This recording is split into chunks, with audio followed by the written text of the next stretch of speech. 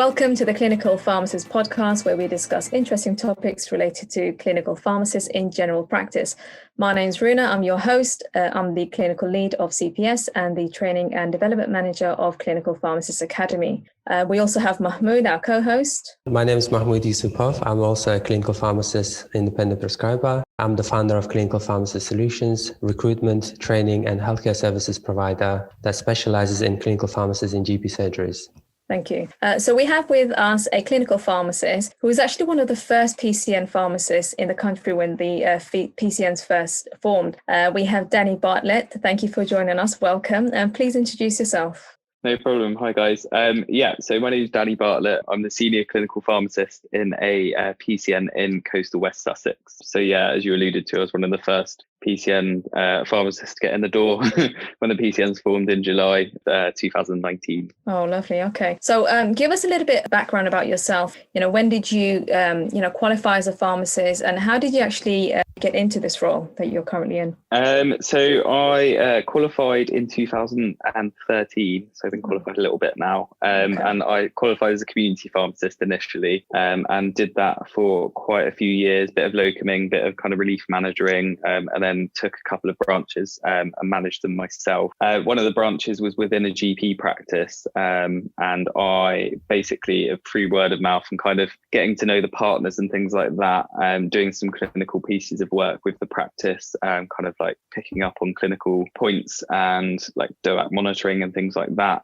From my side of community pharmacy, they kind of knew who I was, and then just kind of decided to offer me the role, interviewed me, and then offered me the role because they knew that the PCNs were forming and they knew this elusive pot of money was kind of coming to them for all of this resource. So tell us how you adjusted from the community role to the general practice role. So I know you've been doing a little bit of the DOACs monitoring. How did it compare once you were actually in general practice? I think there's always going to be a slight overlap. So even if you're not kind of having actual bits of work like the DOAC monitoring and things like that, I think that whenever you pick up an error on a prescription or you've got a query with it, you'll kind of liaise with the GP practice, even from a community pharmacy that might not be within a practice. So there's always going to be some form of kind of channel of communication. But I think that I adjusted based on the fact that I was within the practice, and I kind of knew and had a couple of contacts with the pharmacists within that practice that I could go and shadow. So that was quite handy. And also whenever we had a script query, we were able to kind of ring through directly to that surgery pharmacist that was already kind of there. So that was obviously a really fortunate thing, and that obviously doesn't apply to everyone. But I think that even when you're in community pharmacy, that maybe you haven't got any contacts in a surgery, or you'll still have a line of communication when you have these queries. So it's always worth making sure you have open and constant lines of communication with whatever practices are in your locality. I think that's really good advice. Danny, when you first started, what roles did you start with, and how did you progress your career once you started? I think it was kind of feeling my way to start with. Obviously, it's quite a different role, and there's a hell of a lot of information that you have to take on board. I was quite fortunate because I had a pharmacist that was already there and already kind of predated me by a year, so had already kind of experienced that change. But I think that taking little bits and little chunks of that role and the role that I'm in now, and I started with like discharges and letters just to familiarize myself with the language and things like that they use, looking at meds changes and just kind of getting to grips with the computer system was quite key. I think that's always the best first way and first kind of step in. I think you're spot on. That's what we see where pharmacists start with level 1 or level 2 of equivalent of our pathway, where pharmacists learn how to use GP system well, and then they learn how to action discharge letters and deal with medication queries. I think the language is just so different. You're so used to seeing just a prescription at the end of everything, all the letters and all this kind of thing. Whereas like seeing where the root, kind of the source of where all this information has come from to be able to generate that prescription is really useful. And the surgery systems is a very different beast to like a dispensary system. It's got so much information on it. So getting to grips with that is really key. That's right. So what did you do next? So after that, I kind of thought that in terms of being as proactive as I possibly can be, I think that identifying patients that are on these high risk drugs, such as DOACs and DMARDs and things like that, and identifying maybe what what work the practice wanted me to do, which was trying to target those high risk groups and see if they're being monitored correctly. So in being able to do that, you need to kind of be good at building searches, and you need to be good at knowing how to target those groups, find out what you need to look at for those groups. So blood monitoring, what you need to be looking at in their blood tests and things like that. And then applying that to the groups, looking through it, looking through the data, crunching the data to actual realistic figures that you can then present to the GP partners and things like that, and then making a clinical footprint for yourself. I think that that's the most important thing. You don't want to go in and be doing all this work behind the scenes without any footprint in any patient's record. So it's always really good to keep track of all the work you're doing, have an idea of perhaps a project that you want to do, and making a note of how you're going to share what you've done with the practice. And I think we just discovered a gem here where I think, looking at how you progressed in your career so rapidly and achieved what you achieved, I think the key there was that every time you did work, you did record it and presented it in an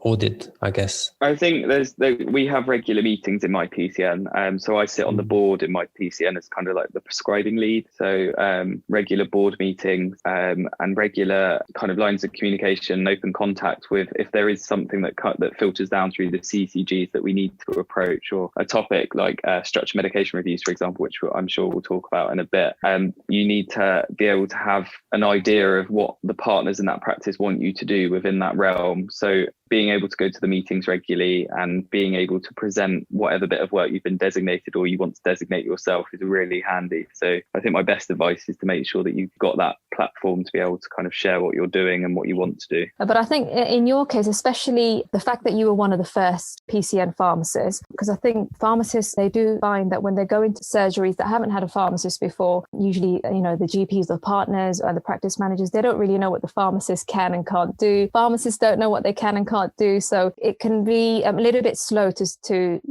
take off, and for the pharmacist to be able to, deliver real value in the surgery. So I think, would you say that in your case, you had to take up a lot of initiative and be really proactive and sort of path out your own sort of personal development plan? Or how did you go about that? I think so, yeah. I think that obviously I was nowhere near like one of the first pharmacists in practice, but being one of the first PCN pharmacists meant that I was possibly new in the way that I travelled multiple practices. Yeah. Whereas the pharmacists of old would be kind of locked into maybe one, maximum kind of two practices. I travel 3, and I also do some work for other PCNs as well. I think that having that ability to go to different practices, working in different ways and looking at maybe the systems that they use and seeing how you can apply your skills to it is quite a unique way to look at it. And every practice is so different. So I think that even if you've got a surgery that has had a pharmacist before, it does take a little bit of initiative to maybe look for things that pharmacist maybe hasn't got time to do, because as we know,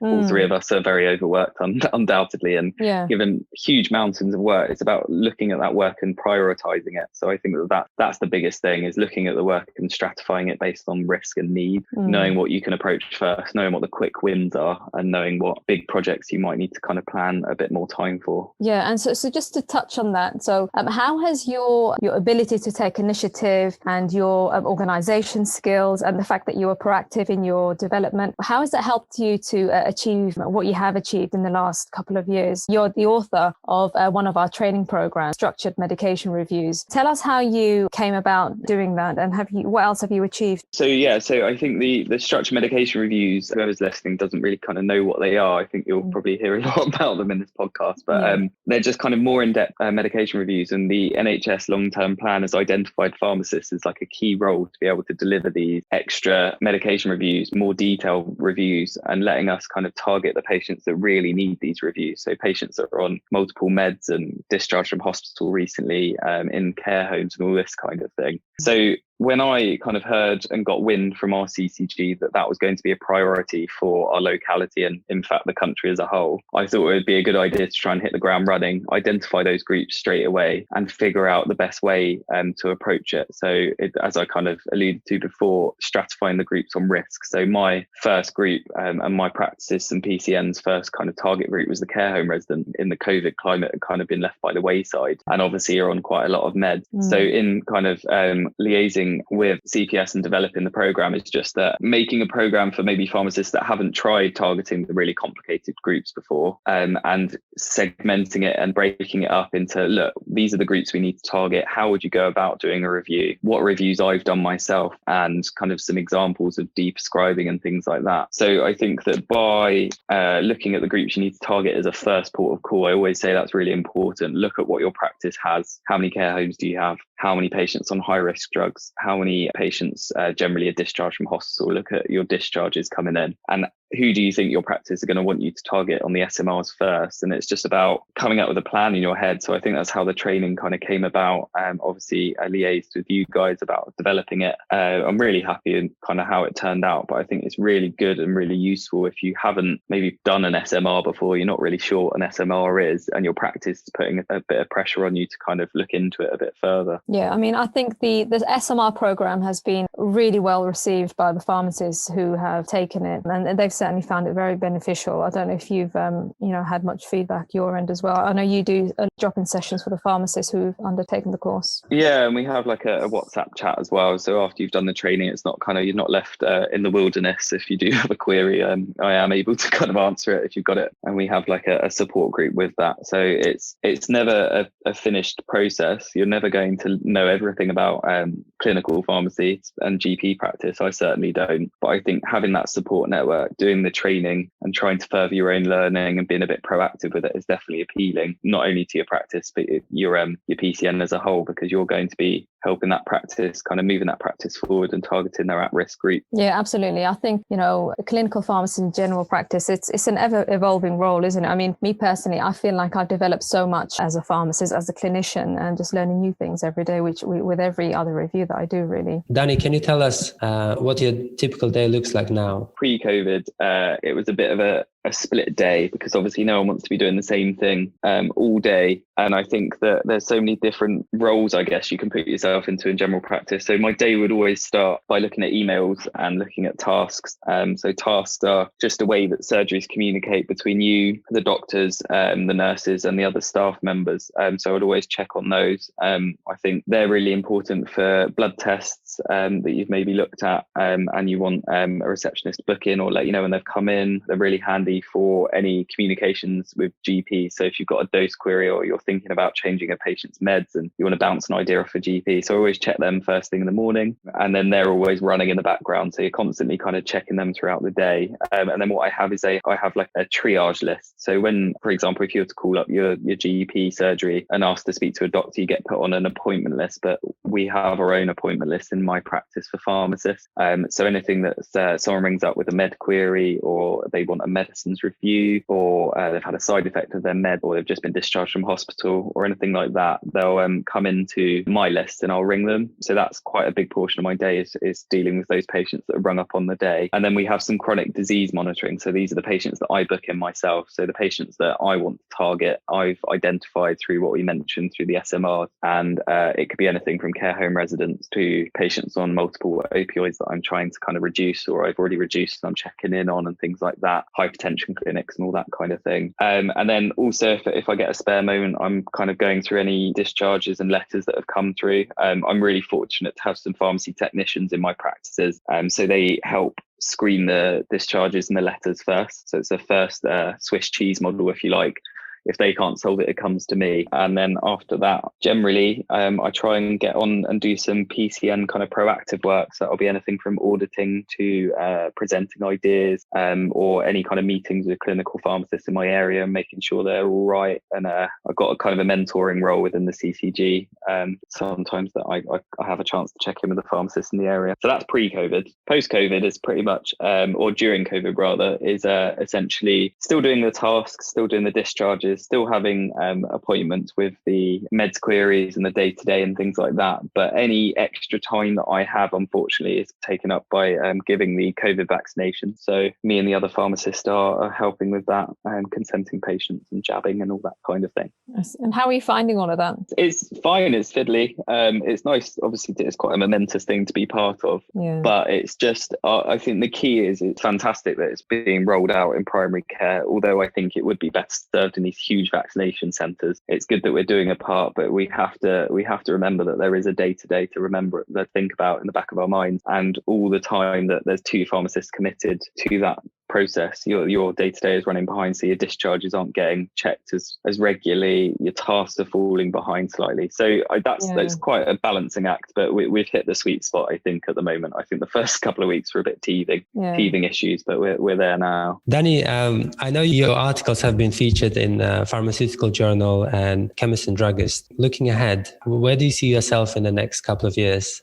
So I think more of the same, really. I really enjoy writing the articles. I think the educational side of things and just putting my story out of what it's like in primary care is really, really good. I really enjoy doing that. So I also do some work for other PCNs who have just hired pharmacists and kind of don't really know what to do with them, or kind of need some business cases written for pharmacists they're looking to take on. So I really like that aspect of my work. So I look to kind of broaden the net, so to speak, on and making contact with as many PCNs as I can.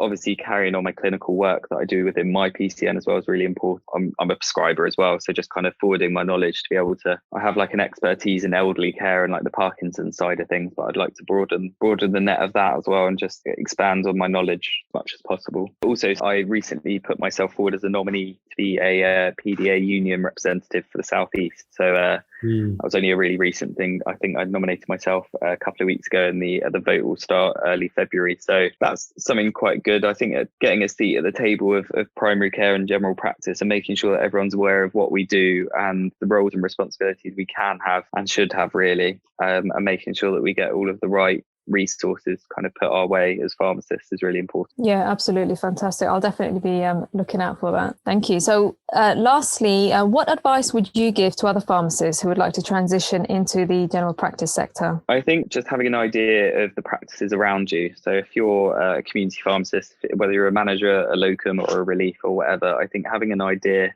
of the practices within your area, who works at those practices, if they have pharmacists already, is it worth maybe reaching out and asking if you can shadow them just to get an idea for it. It's not for everyone, but it's a really kind of interesting role. And I think that if you've been in community pharmacy for a short amount or a long amount of time, getting a different perspective on a different role of pharmacy is really good. So putting some feelers out of your area and who's in your area, if they have a pharmacist. I don't think it's sensible to kind of go straight for a job without having that shadowing experience, because you won't know what it's like. You'll be kind of in the dark. And also, if you've done a bit of shadowing, you've been at the ground floor, when you do have that interview or when you go through that application process, you'll know what they're looking for a bit more. So that's probably my advice. Thank you. That's really helpful, I think. So what would you say to other pharmacists, looking back and look at the struggles that, some of the other earlier pharmacists went through when they were trying to transition into this role, where there wasn't much support and training programs available? What advice would you give to other pharmacists? I think training obviously is really good because it gives you an idea of what a GP practice is looking for. So if you are kind of wondering what the computer system we mentioned and why is it so complicated, why is it so different to a dispensary system, I think that the training package is just to guide you through that, and how you look at bloods, how you kind of look into de-prescribing, what is a structured medication review. There's lots of different things that you can do to further your own learning in your own time, and I think that will do nothing but give you a foot up, or a leg up rather, on the competition when you do eventually go for that role. So they're really, really useful. I didn't really have a lot of access. I mean, the only training I did was already kind of within the role, things like search building and all that kind of thing. I think the system training I had to kind of do ad hoc. It was a bit of a struggle. So having training available now is really, really handy. But ultimately, your own worst enemy. You need to make sure that you find the time for it, and it's not something that you do part-time. When you don't attempt it with half the kind of energy, you need to make sure that you're committing yourself to it. And if you are looking for training, you need to know specifically what you're looking for. You do a bit of research of what all the packages are available. And I think that will really give you a leg up over any other kind of pharmacist looking to apply for the role. Well, Danny, it's been a pleasure speaking to you. I think we've had some interesting discussions. Thanks again for joining us today, and best of luck to you for the future. Brilliant. Thanks very much. Thanks, guys. Thanks, Danny. This podcast was brought to you by Clinical Pharmacist Academy, supporting pharmacists to transition into the general practice sector and accelerate their career as a clinical pharmacist. For more information about our academy, visit cpaweb.org.uk.